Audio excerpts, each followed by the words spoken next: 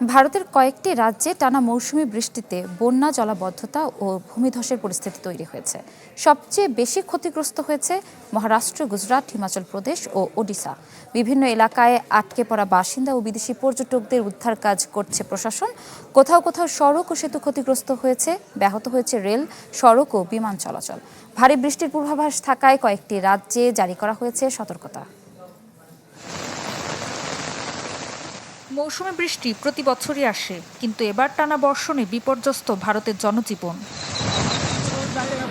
মহারাষ্ট্রের লোনাভালা পর্যটকদের প্রিয় এই পাহাড়ি শহরে এখন থই থই পানি।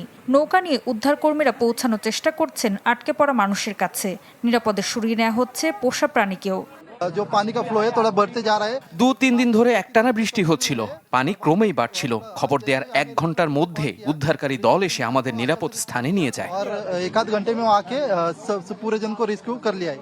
পুনে, রায়গড় আর মুম্বাইয়ের পরিস্থিতিও ভয়াবহ। জলাবদ্ধ সড়কে ধীর গতিতে চলছে যান, কোথাও মানুষ ঠেলে নিয়ে যাচ্ছে মোটরসাইকেল। টানা বৃষ্টিতে গাছ ভেঙে ক্ষতিগ্রস্ত বহু গাড়ি। পাহাড় ধসে ঘন্টার পর ঘন্টা বন্ধ থাকে মুম্বাই পুনে এক্সপ্রেসওয়ের নতুন টানেল। 8:30 वाजता काल सकाळी 24 ঘন্টারও বেশি সময় ধরে আমাদের ঘরবাড়িতে পানি, বিদ্যুৎ নেই, মহাসড়ক বন্ধ, মানুষ খুব কষ্টে আছে। कमी नाही झालेला।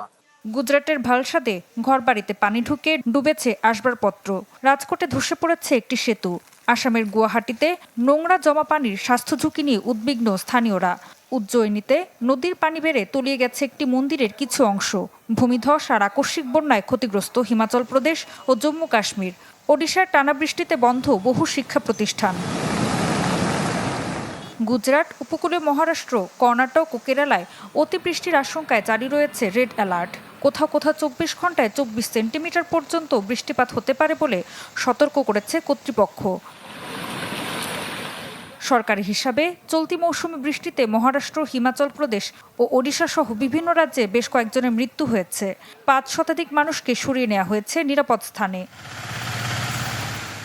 ঋতু সাহা, চ্যানেল 24।